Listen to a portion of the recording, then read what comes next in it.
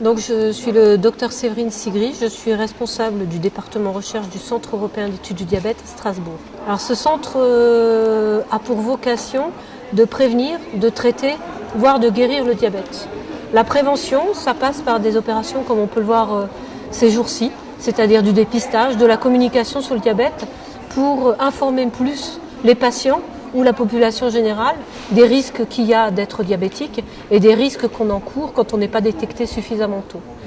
Le traitement passe par la démonstration des nouveaux traitements qui existent dans le cas du diabète, mais aussi le développement de nouvelles thérapeutiques, et c'est dans ce cadre-là qu'intervient le laboratoire de recherche où nous avons pour objectif de développer de nouveaux traitements dans la prise en charge du diabète, notamment l'administration par voie orale d'insuline, notamment l'amélioration de la transplantation d'îlots pancréatiques et également l'apport de l'alimentation dans la prévention du diabète et de ses complications.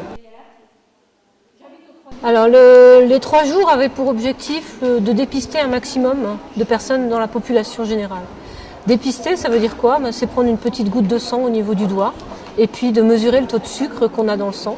Donc aujourd'hui, on doit être à peu près à pas loin de 450-500 dépistages, donc ce qui est quand même plus qu'intéressant en termes de population concernée ou qui se sent concernée et touchée par le diabète. L'objectif était aussi de communiquer de façon générale sur le diabète, que ce soit pour les écoles, donc on a fait une communication au premier S qui ont déjà le programme du diabète dans l'enseignement général, donc pour leur montrer quels sont les traitements ou les nouveaux traitements. Aussi sur la population générale, comme il y avait la conférence de M. Pinger, qui a un peu expliqué pourquoi il y a une évolution aussi dramatique de la vie.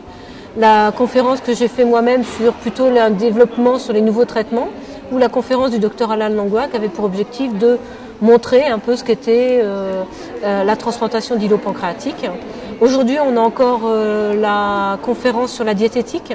On a également eu des consultations podologiques, la prise de tension artérielle, donc ça avait pour but un peu de faire un bilan sur tout ce qui est important dans le cas du diabète.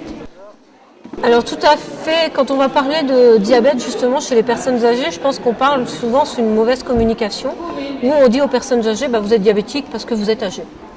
Alors que elles ont besoin d'abord de connaître mieux leur maladie. On était déjà intervenu l'année dernière, elles avaient beaucoup apprécié l'intervention. Cette année, on l'a fait de façon plus animée, sous forme de diaporama, simplifié pour leur faire comprendre pourquoi elles sont diabétiques. Et puis pour essayer de leur faire comprendre l'importance du dépistage, elles ont leur lecteur de glycémie, ils ont leur lecteur de glycémie puisqu'il y a aussi des hommes.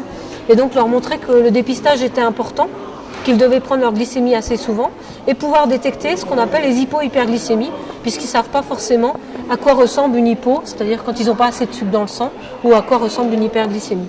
Donc c'est un moment important, c'est un moment où en fait on leur parle aussi différemment de la maladie, où on leur montre que on comprend que c'est une maladie qui n'est pas facile à vivre tous les jours, que les douleurs qu'ils ressentent liées au diabète ne sont pas forcément des douleurs de personnes âgées, mais vraiment des douleurs liées aux complications liées au diabète, et qu'en conséquence, il fallait se dépister et puis parler de ces douleurs ou parler des complications qui ne sont pas normales et qu'on peut prendre en charge. Un bilan positif en termes de dépistage, parce que le nombre de personnes dépistées était plus que conséquent. Un bilan positif puisqu'on a associé aussi à cette journée d'autres structures, telles que l'établissement des greffes, donc ADOT 63, qui communique sur les greffes. Et c'est très important dans la thérapeutique du diabète, puisqu'on a besoin de pancréas pour pouvoir greffer. Également l'association Diabolo, qui a créé cette association pour les enfants, c'est des parents d'enfants diabétiques. Donc il y a eu d'autres stands de podologie et d'autres choses où les gens ont pu en fait aller consulter tout ce qui est un peu plus ou moins lié au diabète. Donc c'est plus que positif, on a touché une grande population, on a intéressé beaucoup de gens et nous ça nous a permis aussi de communiquer de manière différente, parce qu'évidemment quand on est dans un laboratoire de recherche, on ne communique pas toujours de la même manière sur la maladie, mais de communiquer au grand public les avancées considérables qu'on a dans le domaine de la diabétologie. Alors nous il faut savoir qu'il y a une journée mondiale du diabète qui existe, qui est le 14 novembre, donc sur lequel on fait un certain nombre de dépistages. Dans notre cadre à nous, donc le Centre européen d'études du diabète, on a un bâtiment à Strasbourg et une antenne au Nord-Pas-de-Calais. Une des raisons pour lesquelles on intervient sur Strasbourg et au Nord-Pas-de-Calais, ce sont quand même les 2 régions de France les plus touchées dans le domaine du diabète. Donc c'est les 2 régions qui, somme toute, pourraient être les plus concernées. Malheureusement, les autres régions sont aussi concernées. Pour notre part, on ne touche que ces 2 régions-là. Le CED, c'est toute une équipe de chercheurs européens, même mondialement connus, avec à sa tête le professeur Michel Pinger. Et c'est le cofondateur du C2ED. Et notre but, c'est d'aider les chercheurs, leur donner les moyens de faire avancer les nouvelles techniques et améliorer le quotidien des jeunes diabétiques et des plus anciens aussi. Et le but de ces congrès aussi, c'est de faire un rôle d'information, de formation et surtout de prévention. J'insiste sur la prévention.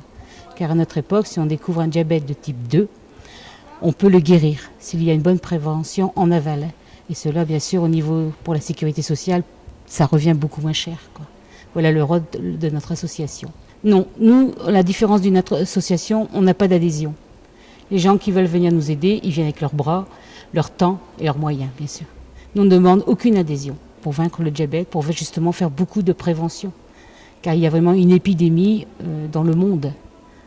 Il faut savoir qu'en 2025, le pic de l'épidémie sera un diabétique sur 6. Les gens deviennent sédentaires, beaucoup de plus en plus. Au lieu de monter même 2 étages, on préfère prendre l'ascenseur. Mais au fil des années, ça amène des aggravations. Il faut savoir qu'on ne meurt pas du diabète. On meurt des conséquences du diabète, d'où l'importance de ces différentes manifestations.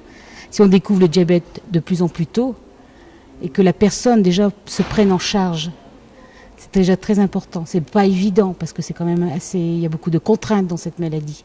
Mais si déjà la personne elle-même se prend en charge, il n'y aura pas de dégâts dans le futur, comme on dit.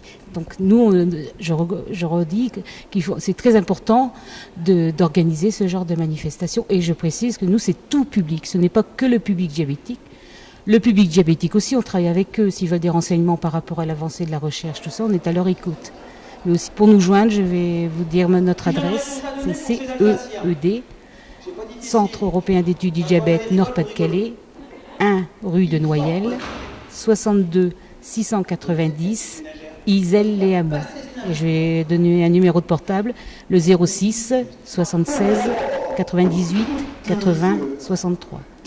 Et sachez que nous répondons à toute attente de tout public. Quand on va parler de recherche, on va parler d'argent. Et qu'évidemment, la recherche en France souffre d'un manque de moyens.